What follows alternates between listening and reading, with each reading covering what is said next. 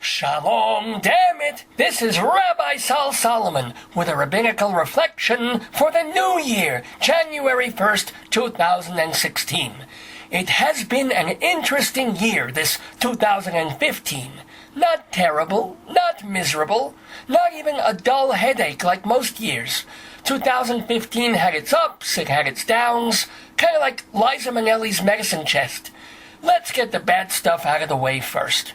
This was the year when terrorism said, "I'm back." Not that it ever went away. Not that jihadists haven't been wreaking mayhem all over the world since 9/11, since before 9/11. But this was the year it hit home again. The year animals shot up a Paris cafe because they didn't like Charlie Hebdo's magazine's cartoons. I mean, Gasoline Alley, I understand. Marmaduke rhymes with orange, never funny. Even Hagar the Horrible is looking a little long in the tooth. But you're gonna go psycho over French cartoons? Put down the Koran and eat a brioche.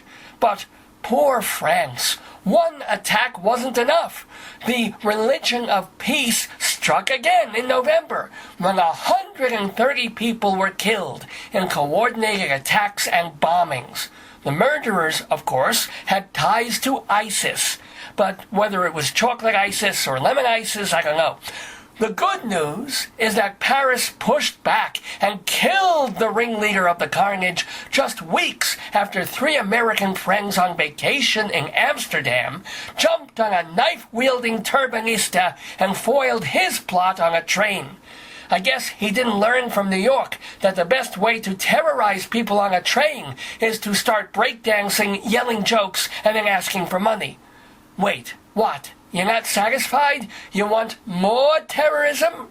Okay, let's go to San Bernardino. I mean, who hasn't wanted to kill everyone at a back office party? But you had this couple, Syed Farouk and his charming wife Tashfeen, being helped by a Hispanic neighbor to slaughter a group of white, Asian, and African co-workers. Who said America can't be multicultural? And, of course, not all murder is Mohammedan. Yes, you've got a civil war in Syria, where the Arabs are killing each other, so who cares?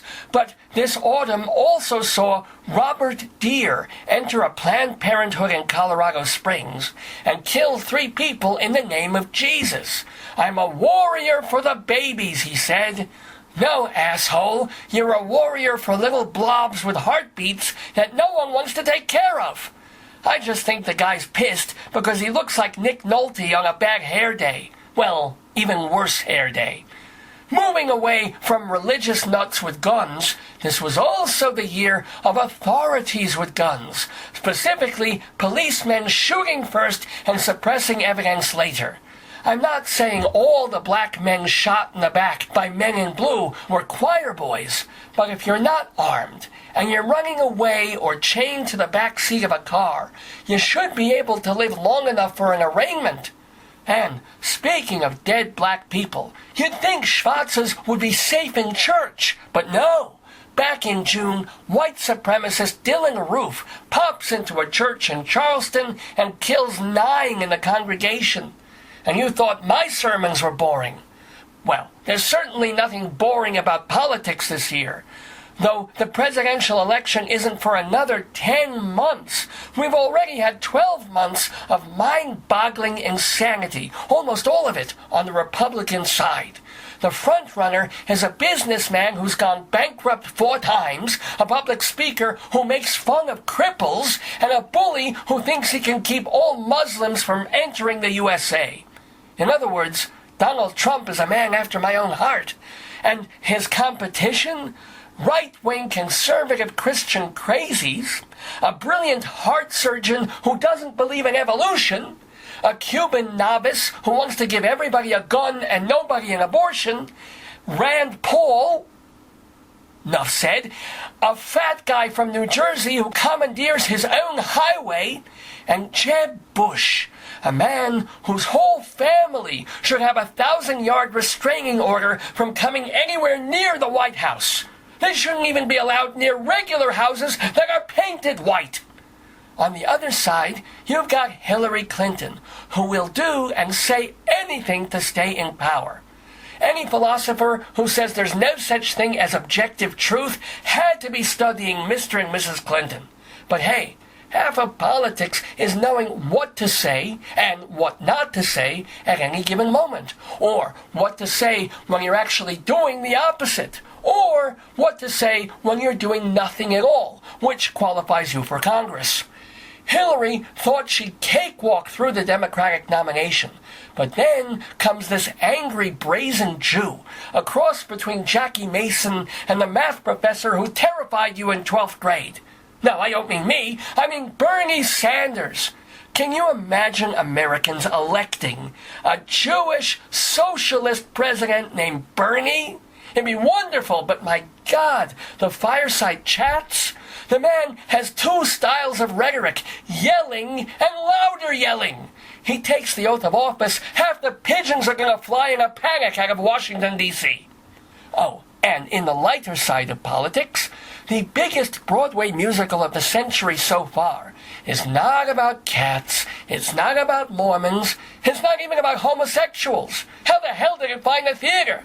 But it did. And Hamilton is doing for our first Secretary of the Treasury what a streetcar named Desire did for streetcars and desires. Meanwhile, Star Wars is back. No, I don't mean Taylor Swift versus Katy Perry. I mean Star Wars The Force Awakens, which is already the 8th highest grossing movie of all time. Somehow, it beat out Human Centipede 3, but that's just because most people watched it on GAF Viewmaster. Seriously though, Mark Kermode, film critic for the UK Guardian, wrote, and I quote, "This satire of grotesque American culture is as appealing as being force-fed warm diarrhea," unquote. Which begs the question, is that better or worse than being force-fed ice-cold diarrhea? It's a question they're asking at Chipotle, where the food looks the same going out as it does coming in. And speaking of sickening, 8 people were killed in Philadelphia when an Amtrak train going 100 miles an hour jumped a curve and turned over. On the positive side for Amtrak, it was their first on-time arrival all year. The shock of the unexpected also hit sports, where the New York Mets made it to the World Series. The New York Jets lost a quarterback to a broken jaw from a fist fight, and Caitlyn Jenner killed a guy. Well, 2 guys if you count Bruce. But it was a great year for gays, as the Supreme Court voted to make same-sex marriage as legal and binding as regular marriage, and, no doubt, as dreary and boring and sexless. Welcome to equality, guys. And welcome 2016. You couldn't come soon enough. There'll be more tragedy, absurdity, beauty, stupidity, hilarity, vulgarity, disparity, and, if the economy stays good, abyssal charity. 3 weeks ago, nice Jewish boy Mark Zuckerberg announced that he is donating 99% of his Facebook shares to worthy causes. What a mensch. What an example for the world. Oh, and did I mention that I'm starting a non-profit organization to help rabbis with rage issues?